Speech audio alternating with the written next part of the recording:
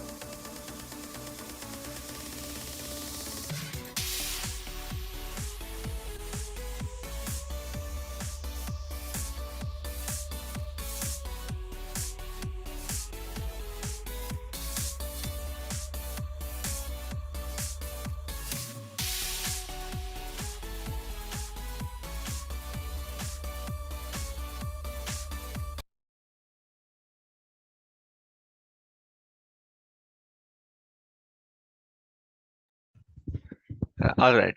Welcome back, everyone, to week 8 of the Genesis Chain webinar series, which is our final session, unfortunately.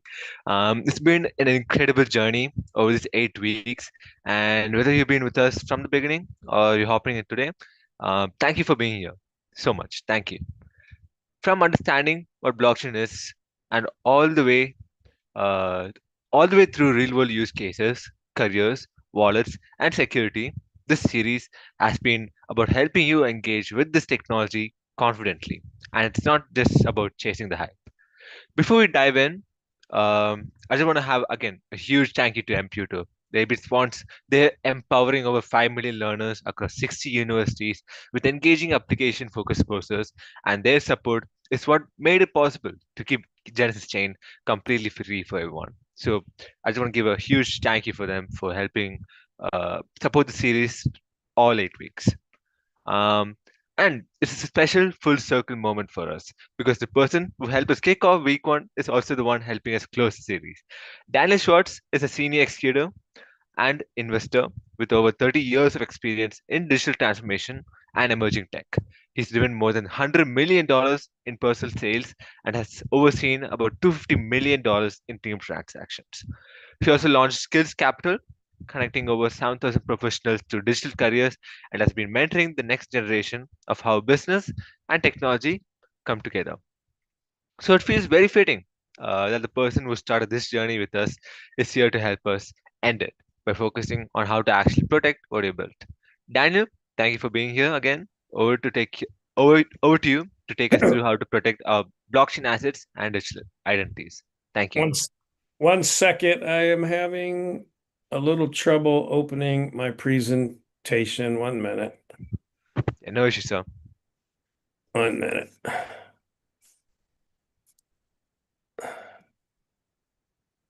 I tried to, let's see if it'll open.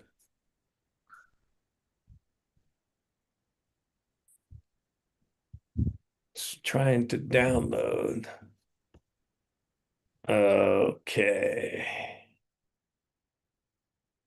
Hmm.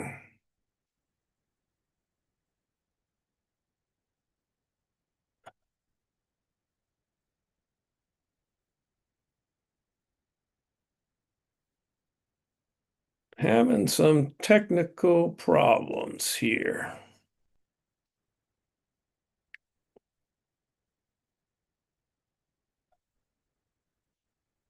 What can I do? Hold on 1 second. Trying to think what I can do. I'm having some connectivity issues and it won't open the presentation. So hold on 1 minute.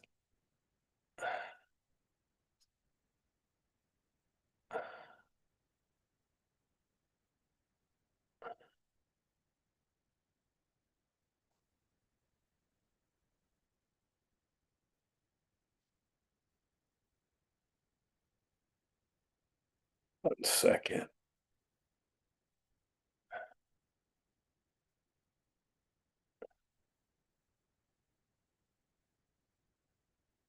Oh,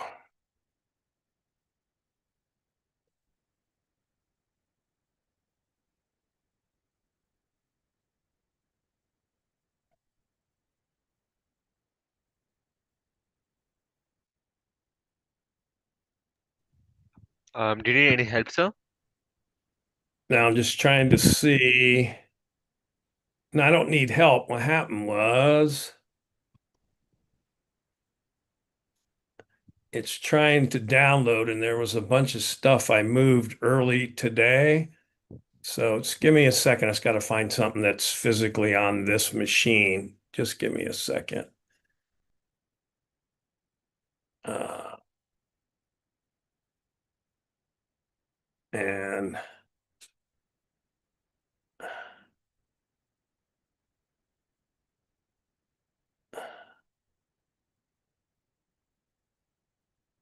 oh, just give me 1 minute.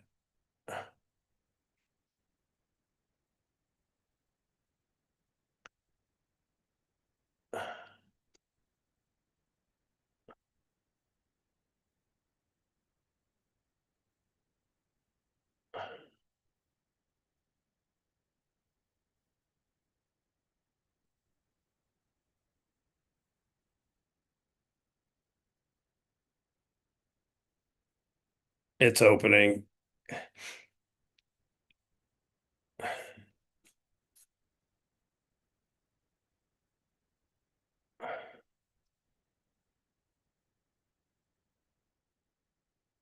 One second.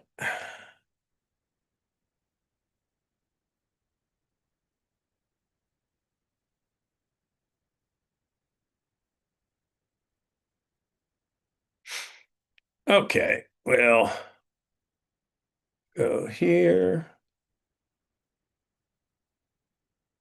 Hold on. Sorry about this. I didn't realize this was gonna be a problem. Can you see my screen okay? Yeah, it's visible. All right. Not the coolest version I wanted to use, but it'll have to do. Okay.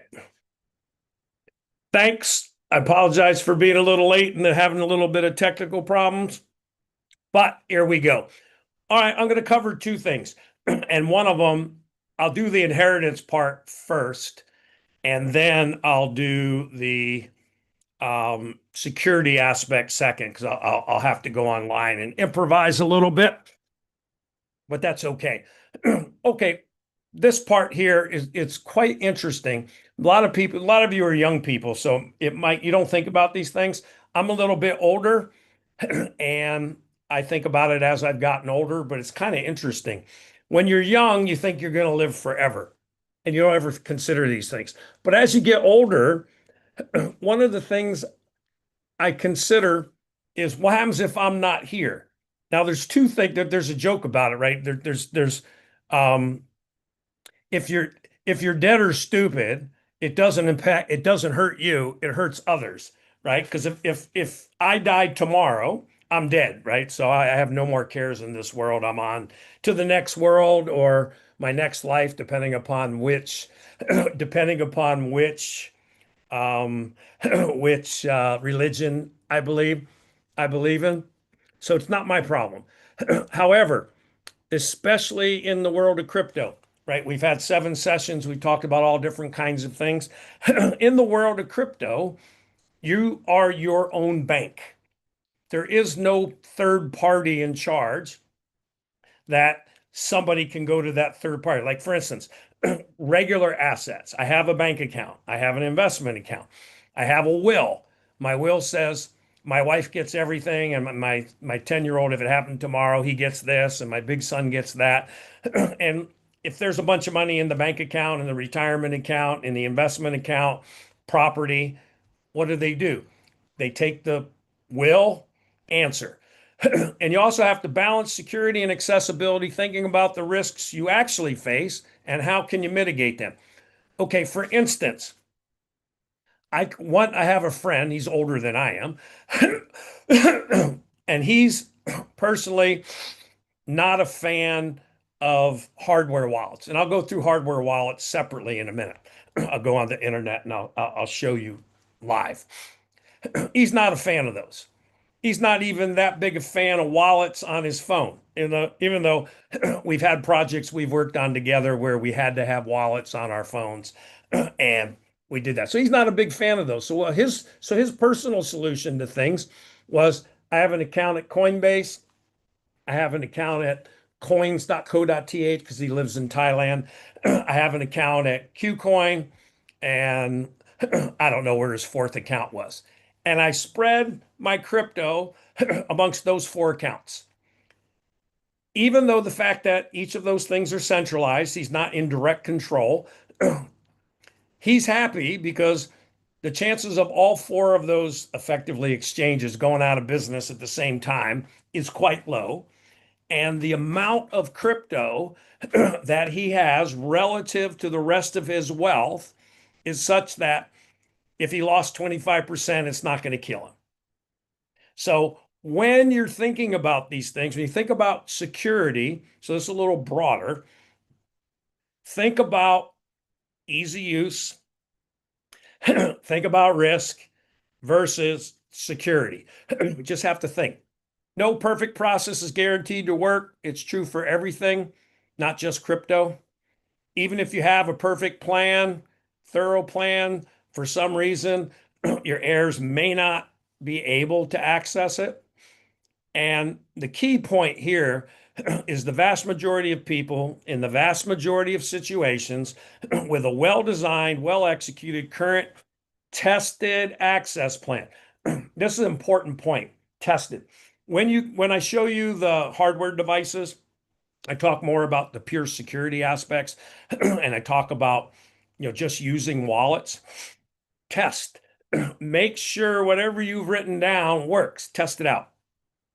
And if you have all that, highly likely, if something happened to you, and forget inheritance even. What happens if just you were out of commission, you were in a coma, you got in a car accident, and for 3 months you couldn't do anything, and you had a bunch of money in crypto?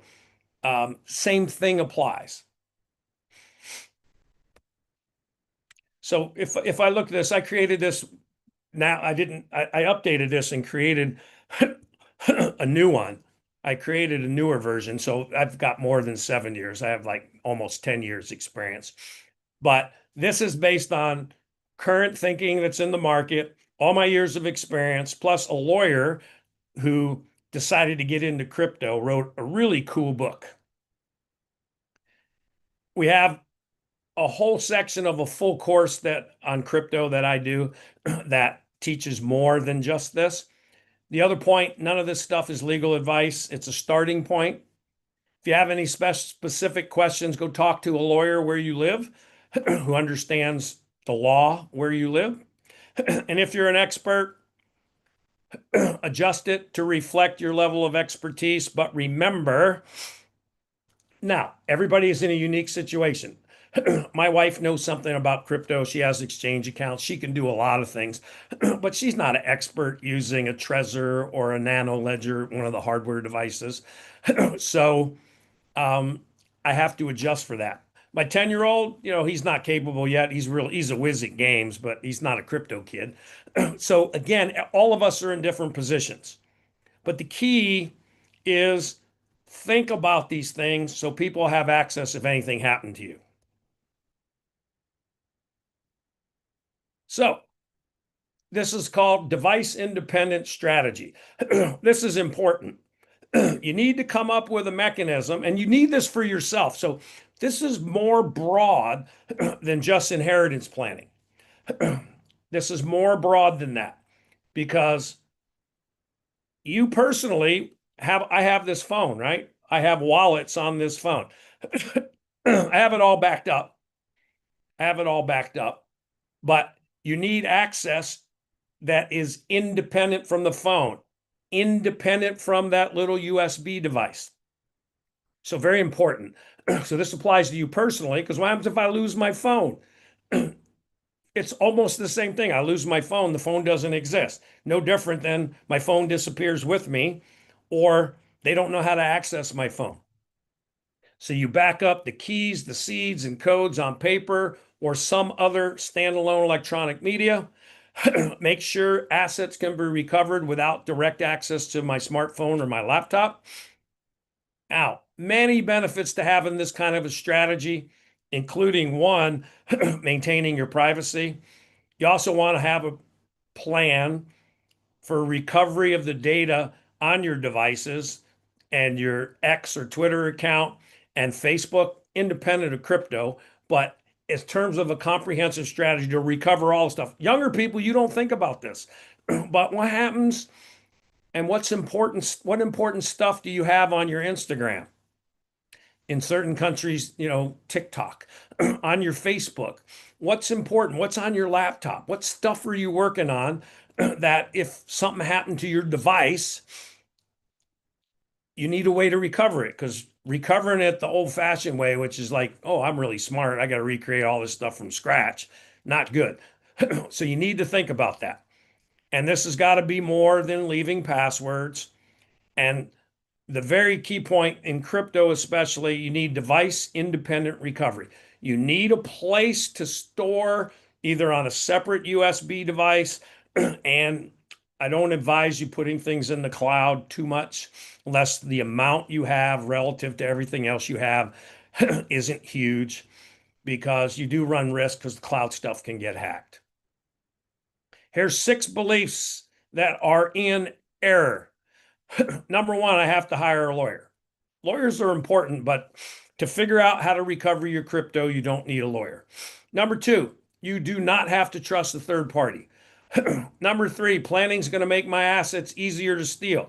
No, planning and poor documentation and not splitting things up or not putting them in protected places is going to make them easier to steal. But not having a plan will virtually guarantee if something ever happens to you or your device that you're not going to be able to recover your crypto. Like I said, this applies to more than just the fact that if you're not here anymore. Look at the guy who had tossed out a computer that had a hard drive and it had $745 million worth of Bitcoin on it. And he was trying to get approval to dredge up the garbage dump in the UK, and he was never successful. That guy was probably wishing he had a device independent recovery plan for that wallet. All he needed was the 12-word seed phrase or the private key, and he could, who cares? He threw away the computer. With those things, you could just go to a new wallet, import your key, and boom, you got access in a new wallet.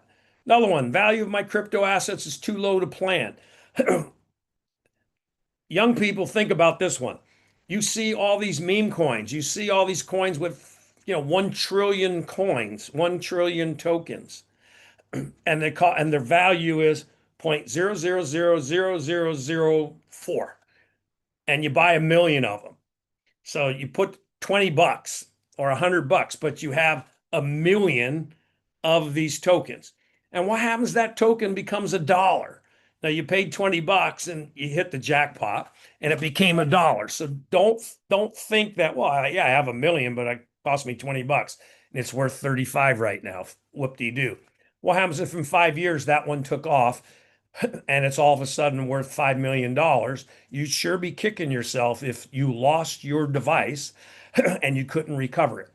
Last belief, my heirs, second to last, my heirs will figure it out. No, don't leave things to chance. Again, you're not going to be here, so it's not your problem. But again, if you potentially have hundreds of thousands or millions of dollars worth of crypto, you would want your loved ones to have that benefit. And the last one, this can all be done with a smart contract. Smart contract, you would have learned, is just software running on the blockchain. No, it can't all be done that way. There are things that can be done, and it's gotten better. But again, this whole device independent recovery mechanism is really important. First thing you got to do, make a plan. Write a basic plan for access to your crypto.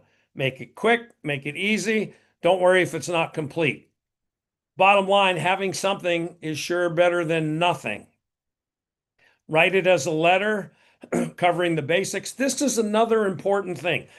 If you know your family, you're young, but you have crypto, they're not crypto people, and something happened to you or you had a problem, who can help them? What other smart kid? What other smart kid that knows crypto can help your older parents who don't know crypto? Then where are the assets? Where's my Trezor? Where's my Nano Ledger S or X? Which devices are where, and how can you find info? Also, it will caution them, do not trust one person. It's interim. Its intent is to provide something, not everything. Now, we could do a whole 4 hours on how to do all this, but I don't have the time to do it. But you can be curious.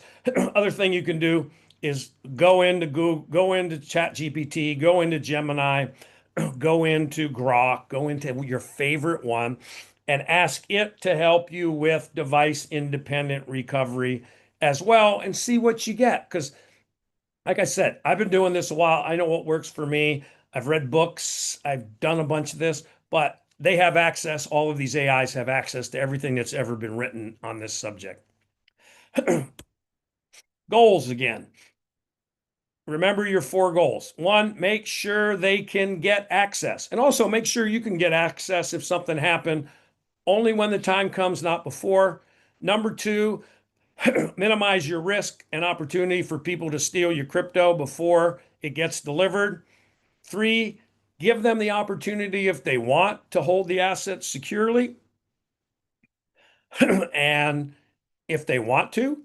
And 4, very important, give very clear definitions. When you write your will or you have it, who's supposed to get what to minimize legal problems, because it does nobody any good if your crypto is sitting in your account somewhere, in a wallet, in a Trezor, in a ledger, and everybody's fighting and nobody gets access to money that they need.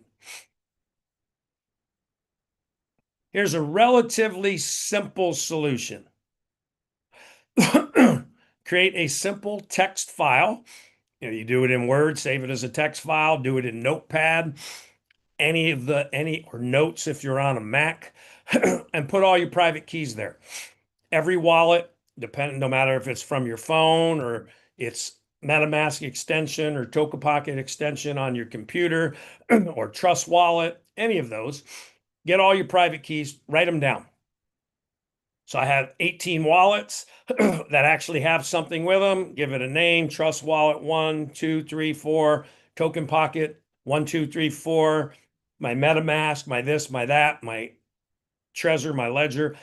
Here's all of those keys. Put it in a Word document or in a text file and put it and encrypt it, password protect it, and put it on a USB stick. And very important, have a password different from all of your other passwords. Then give that USB stick to somebody and ask that, a family member, ask them to keep it secure. Finally, include the password for the file in your will copy, which is kept with your lawyer. So the device is separate from the password, and the person, your lawyer, who you should be able to trust, has with your will the password that enables access to that file. So when you die or are incapacitated, if somebody had power of attorney and they needed access, that password goes to your family. They will have access to all that data that's on that USB stick. Now, personally, I would be more careful than that even. I would maybe do two of them and two trusted family members, one trusted family member, one in the safe deposit box. So you can have one with a family member, one in a safety deposit box at the bank with whatever other stuff you want to store. Then um, you could also put one in a fireproof safe. So now you have three of them. Probability of all three getting lost or destroyed is very low. And the password's with your lawyer. Next, here's some info, and I can share this, and Ashwanth will have access. Give you an idea of what this letter looks like. Dear loved ones, I write you to know I have assets. It could be worth something. Please read this. Here's the people who can answer questions. Contact them. Do not trust only one person. Watch them carefully. A, anyone can make a mistake. B, anyone can get blinded by greed. So be careful. Ask questions. Then put the names, organizations, contact, how they should verify their identity. And then below is a list of devices, software, and assets I use. Please put all of them away under lock and key, store them securely until the assets have been transferred. Do not let anyone access them without supervision. Then put the assets. Make sure it includes names, contacts, photos, devices, wallets, software, all the assets, all the exchanges, and whatever info they need to find the locations and all access codes. Now, this is this one here. Let's move this out of the way. Asset access codes, software, date, assets, and notes. Now, when you have a crypto wallet, old style, even current style, 12-word seed phrase.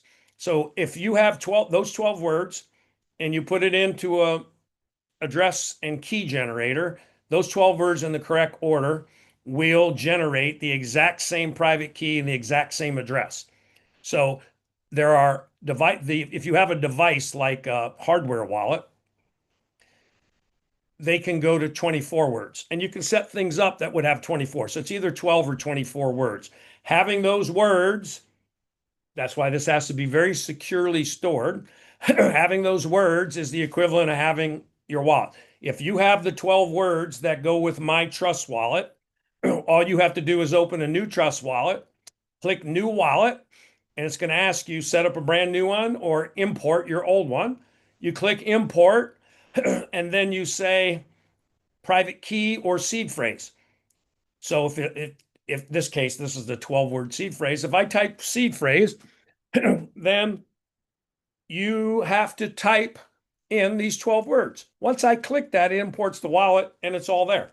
So very, very critical. Now, what some people do, I have some friends, what they've done, they only put 11 words. The 12th word is somewhere else. Or they put 23 and the last one is somewhere else. And it's with a trusted person. So they know if anything happens, how to get the 24th or the 12th word. So they're a little more security conscious. Okay, that covers protection and inheritance planning. Let me stop sharing for a second. And again, I apologize that I had this little computer problem. Let me go here and hardwarewallets.net. There we go. Okay, there we go.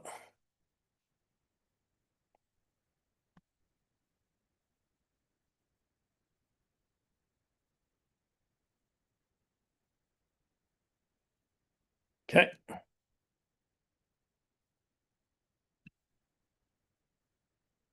All right, best cold storage wallets. These are what the new cold storage wallets look like. Boy, have they changed. Boy, have they changed over the years. You see these with a really big touch screen, really big display. Now,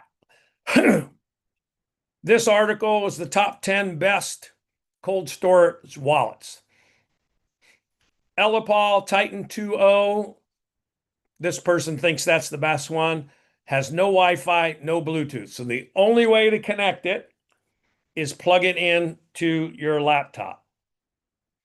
Ledger Flex, best one for altcoins. Altcoins are things other than Bitcoin and Ethereum, things that are built on top. These are for tokens. It supports 5,500 of them. Trezor Safe 5 is the best anonymous for Bitcoin. It has Bitcoin only firmware. I'll show you what they look like. SafePal, budget friendly. Engrave 0, most secure. Keystone 3, best for MetaMask. MetaMask is one of the wallet extensions. It's a browser extension. It runs on your phone. So Keystone 3 Pro. Ledger Nano X for staking. Now, here's the interesting one. When you see these pictures, you'll understand. Elipal X Card NFC wallet. So that wallet connect, near field communication. Bitbox for multi-chain, and SecuX Neo X safest with this chip. Now, I'm not gonna go through the details.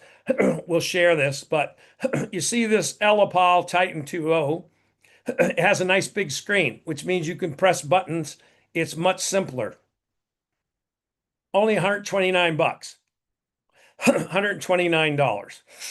Over 10,000 coins.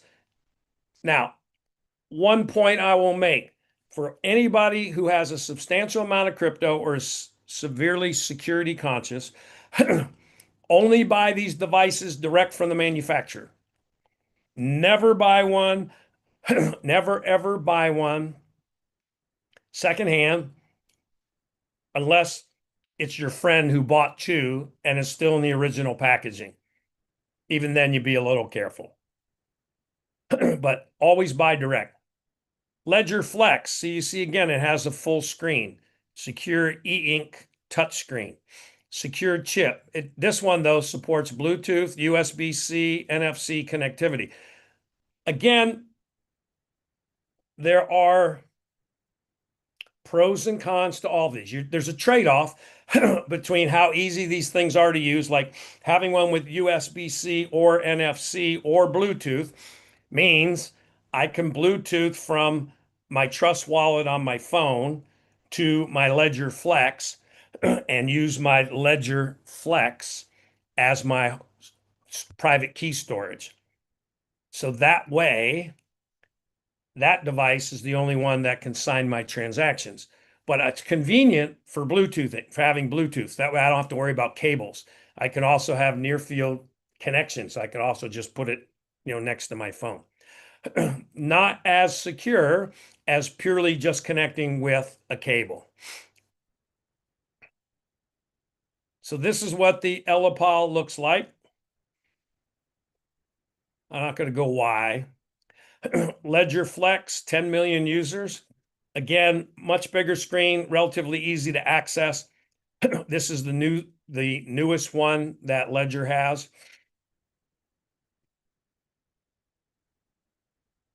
Trezor Safe 5, this is really good.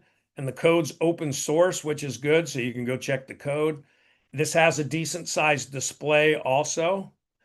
They have this thing called Shamir's secret sharing. And this one, so instead of relying on a single 12 or 24 word seed phrase, you can split that into multiple shares and store them in different locations. And the Trezor Suite app. Okay, just to explain something. You have this device, which if you want to send crypto, this device has to be connected to your user interface device to actually send the crypto, because the private key to sign your transaction is in this cold storage device. The user interface runs on your computer, or you can use the user interface on your phone. You can look at your crypto balances. You can get your addresses. You can do all that without plugging in the device or using NFC or using Bluetooth. But if you want to send anything anywhere, you need to connect the device. So that's what Trezor Suite app is. The Trezor Suite app is where you can look at what's on your Trezor. Nano Ledger has their own as well. This way, this way, you can always see, and when you do the work on your laptop, which is way easier than on the device, and then you just have to be plugged in, you put in your security code, so it's okay, and it opens it up. And then when you click send, it can actually grab the private key and sign your transaction. SafePal S1 Pro, cheapest crypto code wallet for budget users. 89 bucks. Cheap. Engrave Zero. I don't know why it's taking to load. Let's get here. Here, give me a second. Reload the page.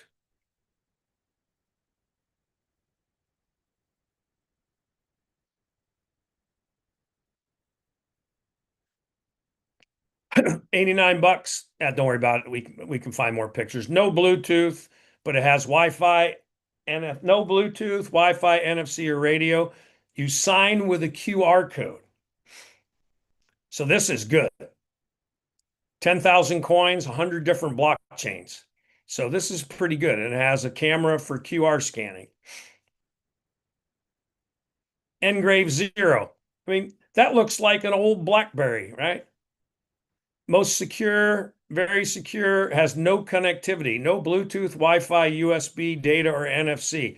You interact via camera, fingerprint, sensor, and QR code. It never connects. Everything's signed offline and scanned by the app. And if it detects a breach, it will wipe the device. So it is really, really secure. 398 bucks. Keystone 3, multi-sig. They also have a BTC only option. Multi-signature, advanced security, 169 bucks, not too bad. Ledger Nano X. Now, I have friends that I've helped with this device and the S, the one before this. And you see that screen is quite small. And you have to click. There's two buttons to click to move things to A, B, C, or 1, 2, 3, 4, 5, 6, 7, 8, 9. It is a pain in the butt to enter things on this device. And but I was working with some friends who were new to crypto and they got one and they're going, wow, this is a pain in the butt. And I said, yeah, it is a pain in the butt. But think about it this way. Think about it this way.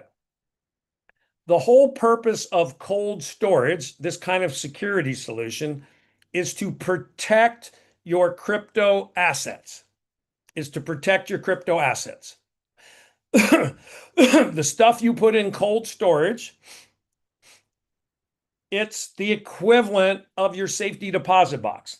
Let's pretend like my mom had a big diamond ring she got from her mother, my grandmother, left her a very large, expensive diamond ring. This is a long time ago. My mom passed away, 11, 12 years ago, 11 years ago. And when she passed away, it was probably worth 30 or 40,000 US dollars, that ring. She didn't keep it at home. She would keep it, and then plus, they had some other jewelry and coins and bonds or stuff that they didn't need access to. They kept it in the safety deposit box at the bank. So if she wanted to wear that ring, she had to really want to wear that ring because it required her to get in the car or to get my father to drive her if she didn't drive herself, go to the bank, wait for the clerk to let her in to where the safety deposit box was, show her ID, take out her key, put her key in, the custodian put their key in, turn both keys, open her safe deposit box, and they would hand her the interior, the box that goes inside. And then she'd go to the private secure room and say, oh, I want to look at this. I needed to know this. Let me do this. And oh, I came to get my ring because I want to wear the ring. Not the most convenient, but that was by design. Same thing with this device. What's supposed to be on these super secure devices is the crypto that you're storing and you're saving. This is not your day to day, I want to spend it or I want to trade it crypto. This is, I believe in Bitcoin and I have a 10-year-old and I want it by the time he's 18, I want him to have one Bitcoin just for him. And I think one Bitcoin in 8 years is going to be worth $1 million. That's my personal opinion. So I put my one Bitcoin on when he was born 10 years ago, when Bitcoin was $300 or less, or now 10 years ago is 2016. I think it was maybe $1,000 or $1,200. So I bought a Bitcoin when he was born and I put it on a device like this. That Bitcoin, it's not meant to be traded, it's not meant to do anything. So it doesn't matter that it's a pain in the butt to access this because it's going to be for his college education to help him buy his first house. Now, you have other crypto that you want to buy and sell, or you get paid in crypto. You use it as a payment thing. You use US dollar tether or USDC. That crypto is okay. It goes to your exchange. It's okay. It's on your phone. Doesn't matter because it's not meant to be stored long term. So think of these devices as the equivalent of a safety deposit box. This one's $149 and it connects via Bluetooth. Elipal X Card, NFC based wallet. This isn't bad. It's carrying your cold wallet in your, hold on one second, carrying it in your regular wallet. Now you need a device that's going to generate your phrases and the like. It's a different take on how to do it. But again, 10,000 tokens, 40 blockchain, $99. Some people like this. I have friends that bought Tangem wallets, which work the same way. And when you buy the wallet, you get one device and you get two NFC cards in case you lose one of the cards. Bitbox USB crypto cold storage wallet, simplicity and security. You see, it looks a little different, but it has to be plugged into the computer. And it's only $119. So it's easy. It's got touch sensors on the side of the device, so it's as bit of a pain as the Nano Ledger is. There's another one, SecuX, $179, USB-C and Bluetooth.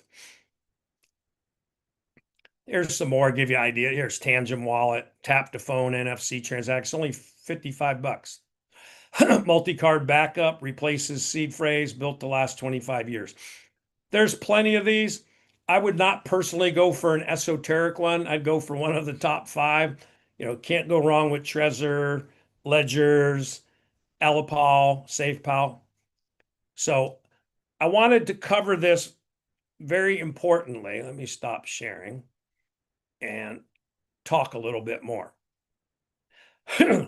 Now, as I kind of covered this, your cold storage wallet is the equivalent of your safety deposit box. So you have to decide based on how much crypto you have, relative to your wealth, relative to your age, what goes in cold storage, what is in a hot wallet. A hot wallet means, like, for instance, I had a friend who had a Bitcoin.com wallet, blockchain wallet on his phone, and it had 4,000 Bitcoin in it. I was with him. This was maybe 5 years ago. I wanted to say 5 years ago, Bitcoin 10 grand at least, maybe been a little bit more than 10 grand. So $10,000 worth each, 4,000. That was $40 million worth of Bitcoin. And it was directly accessible from his telephone device. I was with somebody at a conference a year ago, and he had a wallet on his phone, 4,000 Bitcoin, and Bitcoin at that time was like 80 grand. So he had $320 million in his hand.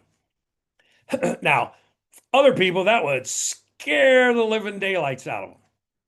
So What's typically recommended if you're trading a lot, if you're doing a lot and you're relatively young, you know, 20-25% of your crypto on a live wallet that you can trade with, sitting at Binance, sitting in a wallet like this where you can connect to a decentralized exchange and trade and buy, sell, or just transfer money.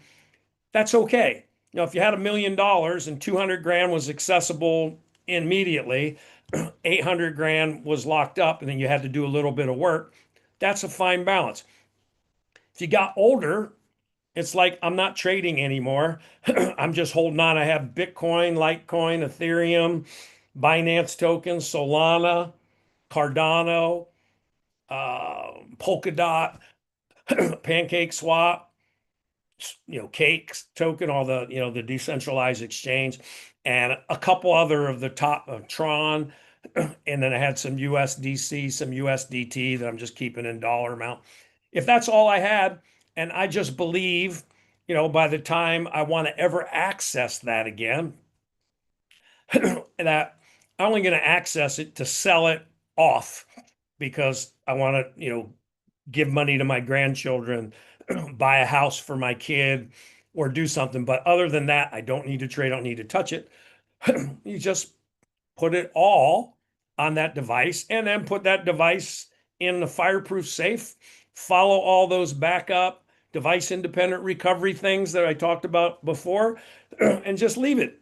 It's just like the equivalent. Okay, at the bank, you have a certificate of deposit. You're perfectly happy with that amount of money in a certificate of deposit earning 3, 4, 5, 6%, whatever the number is.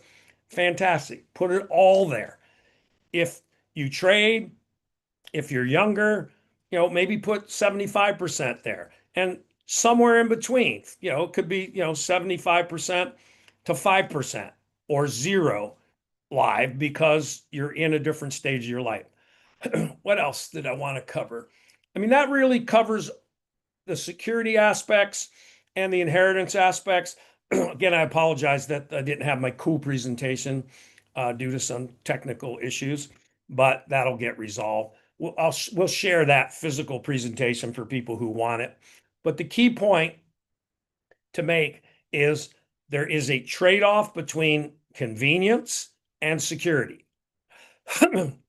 It is very convenient for me to just open up my wallet, scan my face, see, oh, I have 10,000 USDT or I have one Bitcoin, so it's $92,000 worth of Bitcoin.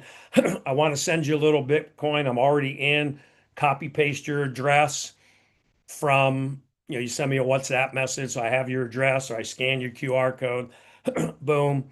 1 minute later, I scanned it and I sent it and it's done. That is quite convenient. But I also have $100,000 at risk because it's hot, live. If something compromised my wallet, somebody got a hold of my key, somebody got a hold of my login, they could get access to that crypto. But again, if it's 100 grand on 2 million, it's okay. It's a risk I'd be willing to take.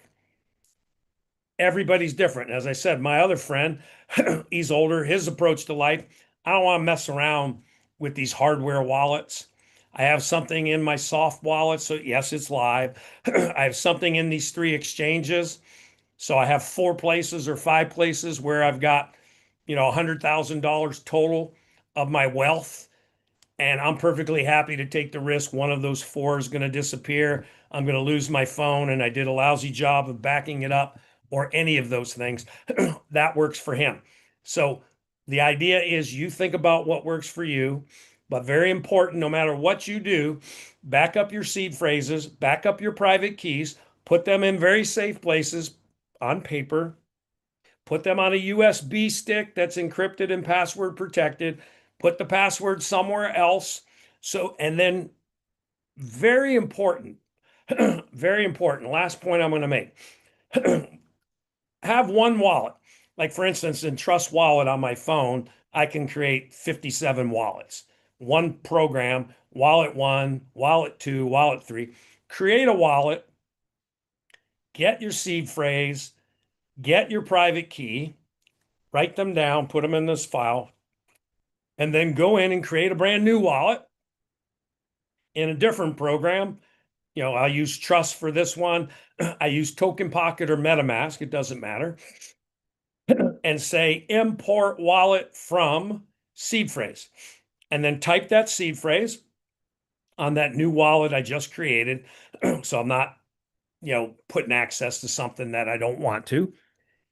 Create it, import it, look at it, and see, oh, the addresses match. Oh, let me back up the new one and I get the same seed phrase. Let me look at the private key. Oh, I get the same private key. Yes, I know how to do this.